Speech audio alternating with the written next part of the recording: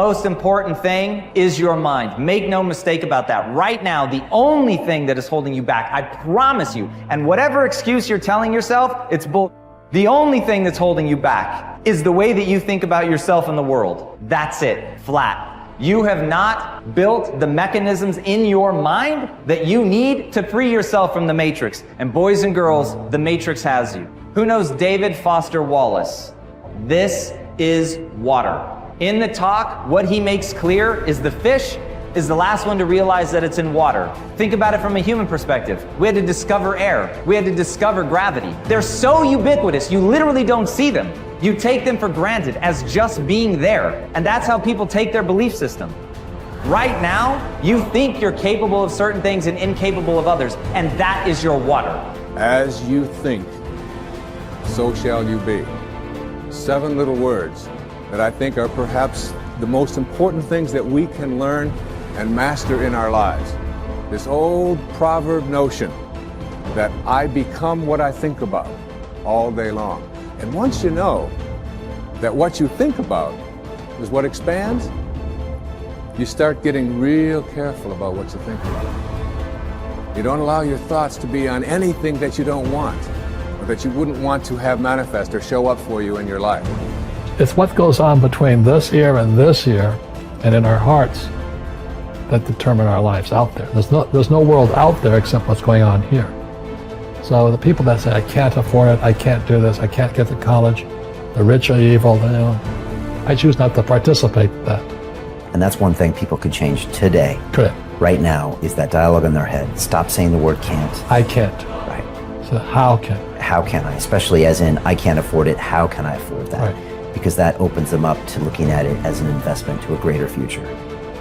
Right. Well, the simple part that most people don't understand is that every thought we think and every word we speak is creating our future. It's as though our thoughts go out into the universe and are accepted and brought back to us as experience. Now that is a very simple thing, but most people don't get it. They don't understand it. They've never heard it before and they think it's ridiculous. But if you can really accept the fact that every time you think a thought and every time you speak a word, you are literally painting your future, making your dinner, whatever you want to call it. You are creating, and you're creating your own life. And this is simple, but it's not easy to accept. But once you accept it, then you can start deliberately creating what you want in your life. And you begin to be aware of what you don't want in your life and how you are contributing to it. You've got to ask yourself, what's your why? What motivates you? What pushes you? What drives you?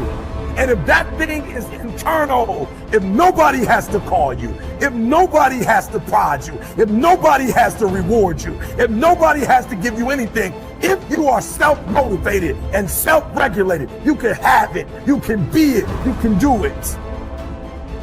The first thing you want to think about is switching from negativity to positivity.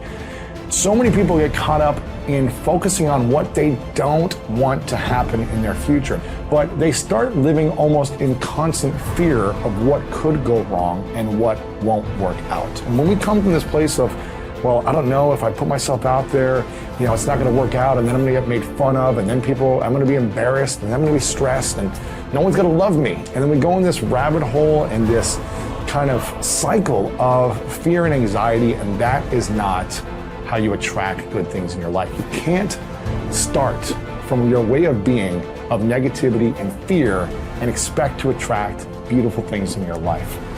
So we need to eliminate the negative self-talk, and an environment that's easy to get stuck in sometimes can be the negative self-talk. And there's so much negativity in the world, and if you don't actively work to shift your focus, to shift your thoughts in your mind, that negativity will consume you. You have a choice. Do you want to spend your life deciding what you want and what you don't want, and then chasing it outside? Or do you want to sit there and work inside to realize all I really want is the joy and the love, and if I stay open, I can have those.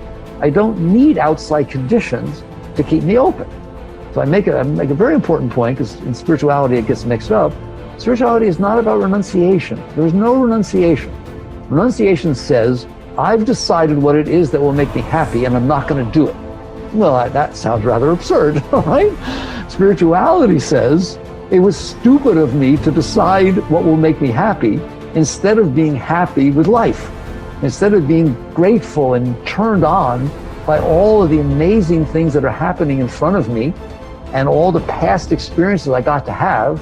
Why don't I just enjoy all that and then come into life filled with love, filled with joy, and give the whole of my being to the moments that are unfolding in front of me? That's what spirituality says. So it's not about renunciation. It's not about things are wrong and things are right. It's about understanding that you did this. You did this with your mind. You set up conditions in which your mind would open and then your heart opens, and conditions in which your mind will close and your heart closes. So basically, you come to the point where you have to decide, do I want to continue letting my past leave impressions on my mind and my heart such that only certain things will open and close me, and then I will spend my life chasing after, manipulating, controlling, conniving, whatever you want, the world around me so that sometimes it unfolds the way I want? Or do you want to sit there and understand that you're the one who's making these decisions? It's your mind who's setting up the conditions. Why don't you just not do that? Create habits of empowering yourself, because empowering yourself, forgiving yourself, supporting yourself as you move forward and do the work to change your life, that's how you break the habit of victimizing yourself. And that's how you learn to do the opposite, which is supporting, empowering, cheering, celebrating yourself as you move forward. That's what's going to motivate you to do the action. And look, if Chris and I can go from having liens on this house 6 years ago to literally building an extraordinary business, changing our marriage to the point where we are building our dream house, a house that's so nice, I can't even believe we are going to live in this house, because of the hard work that we've done. But I'll tell you, the singular habit that helped us do it is we stopped victimizing ourselves. We stopped labeling ourselves. We stopped beating the shit out of ourselves. And we broke that habit. We changed the narrative by learning how to empower ourselves. The starting point of taking full control over your conscious and your subconscious mind is for you to accept complete responsibility for everything that you think, say, and do. You are responsible for whatever happens to you, and especially you are responsible for your responses to the inevitable ups and downs of daily life. As Eleanor Roosevelt said, no one can make you feel inferior without your consent. I used to think that setting goals and making plans was the starting point of success in life. After a while, I changed my mind because I realized that something else actually comes first. What comes first is the acceptance of complete responsibility for yourself and for everything that happens to you. Real maturity begins when you finally realize that no one is coming to the rescue. It is only when you accept total responsibility for your life situation, with no excuses and no blaming of others, that you move into a mental position to kick the long ball in your own life. It is only when you have accepted 100% responsibility for yourself that you are ready to take the next step and decide exactly what it is you want and exactly what it is you want to do. Accepting responsibility is not an option that is open to the individual. It is mandatory. It is an absolute fact of human existence. You do not have the luxury of blaming others or making excuses for parts of your life that are not satisfactory. As Henry Ford said, never complain, never explain. No one makes you do anything or feel anything. You are where you are and what you are because you have decided to be there. Everything that you are or ever will be is entirely up to you. If there is any effect in your life that you're not happy about, it is solely up to you to change the causes. You are completely responsible. When something negative or unexpected happens to you, immediately seize the moment as an opportunity to demonstrate calmness and self-control. Make it a game. Instead of allowing yourself to feel negative, deliberately force yourself to substitute something positive. Here is an affirmation that has been very helpful to me. I repeat it over and over until it becomes automatic. In almost every situation, when something goes wrong, I immediately catch myself by saying, every situation is a positive situation, if viewed as an opportunity for growth and self-mastery.